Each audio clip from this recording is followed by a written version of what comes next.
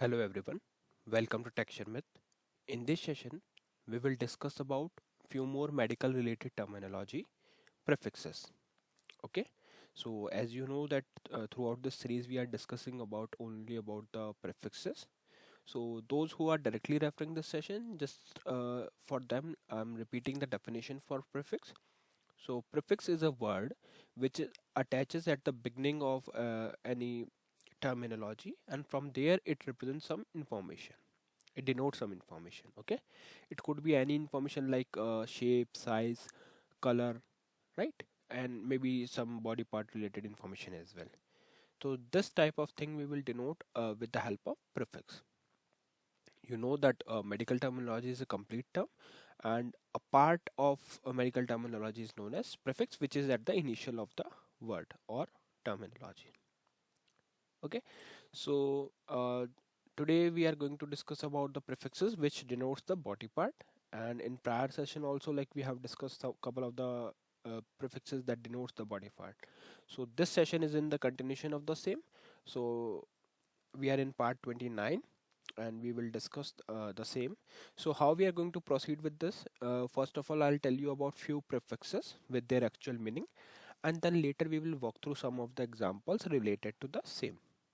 Okay, because without example it would be not that much of easier for us to identify the actual meaning of medical terminology in the interviews or exam. Okay, so that's why we are going to cover a couple of examples as well for the each terminology. So let's see what we have today. The first prefix is kerat or kerato, which is used to denote the cornea or eye. Okay, so let's say whenever there is a discussion related to cornea or eye, then in that case what we can do, we can use the terminology prefix as kerat or kerato. Kerat or kerato. Okay, so whenever you found something, any medical terminology started with these prefixes kerat or kerato, then you can simply identify, okay, yeah, there is something related to cornea or eye. So this is how we have to identify the medical terminology. Now if you look at all the examples, you will find only one common thing in between them, which is cornea. Everywhere we are talking about the cornea. So let's see each and every example one by one.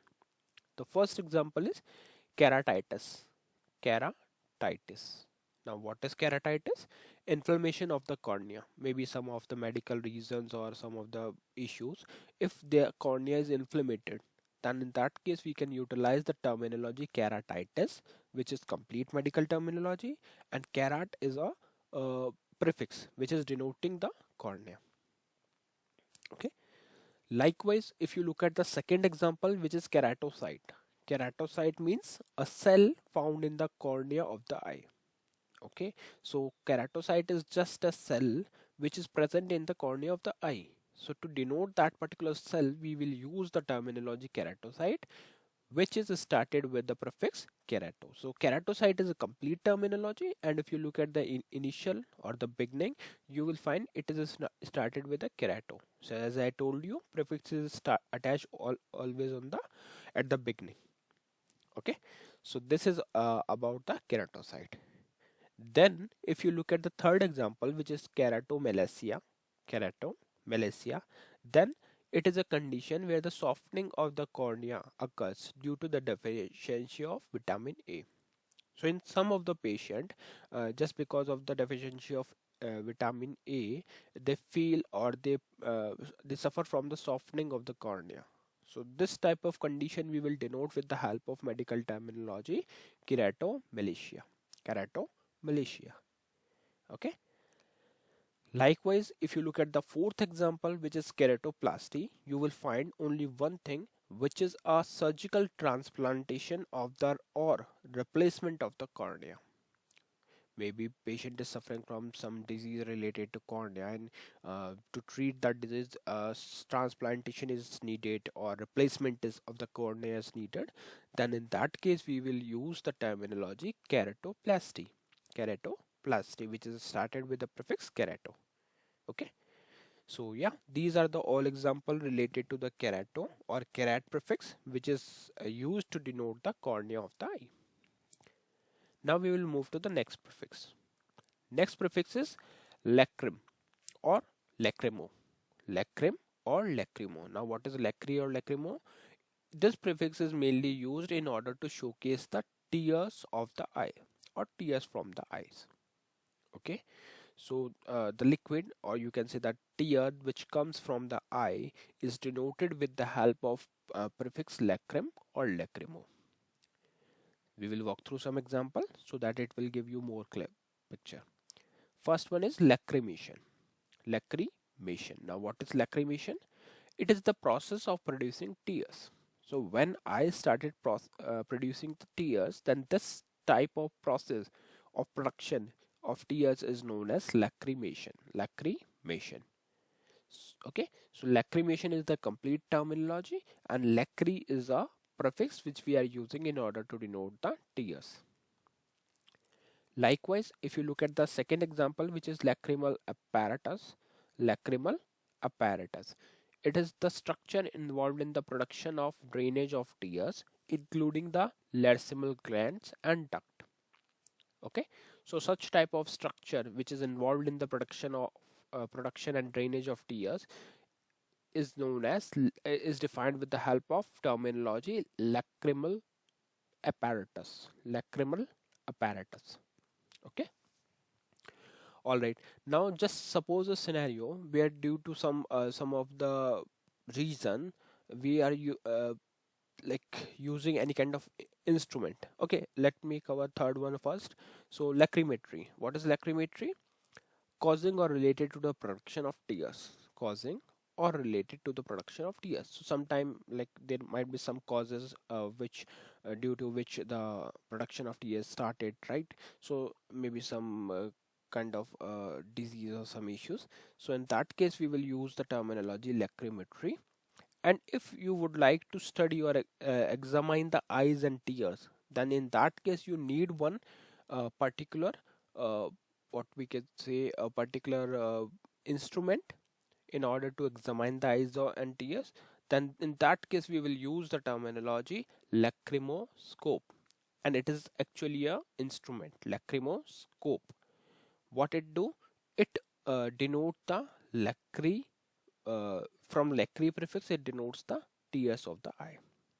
Okay, so this is how we will classify all these example which comes under the lacrim or lacrimo prefix, or which has been started from the lacrim or lacrimo prefix that denotes the information related to tears from the eye. Okay, fine. So far we have discussed two prefix, kerato and lacrimo. Now we will look at the third prefix, which is larynx or laryngo, which is mainly used to denote the larynx.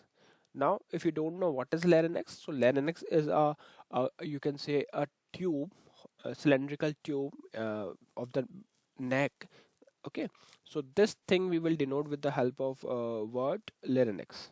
Okay, now whenever you want to showcase the larynx or you want to denote the larynx, then in that case you can use two type of prefix, larynx or laryngo.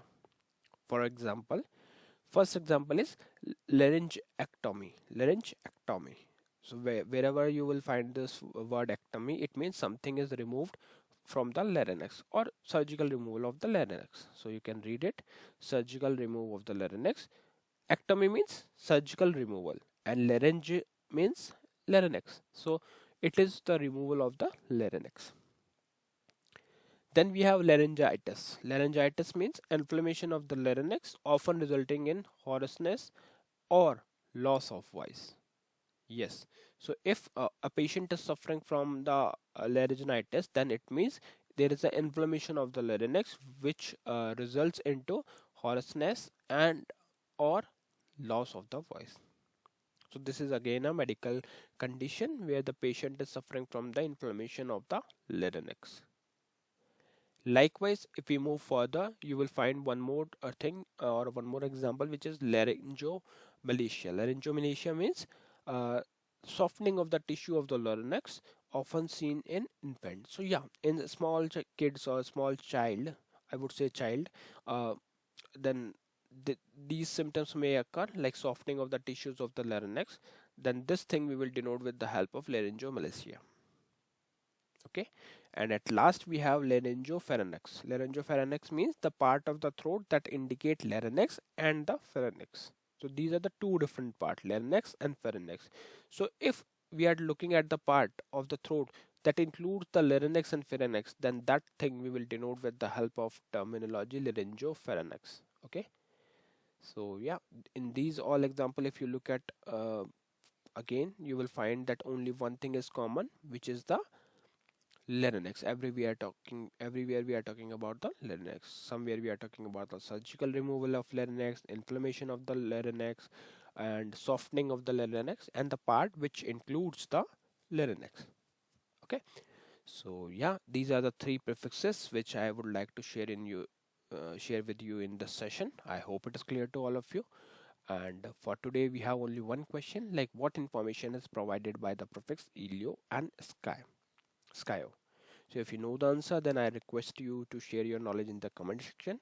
But if you don't know the answer, then I request you to go and check out the previous session, because there we have already discussed the session, these topic in details. Okay. So yeah, that's all for today. In the next session, we will discuss few more things. So thank you for watching Texture.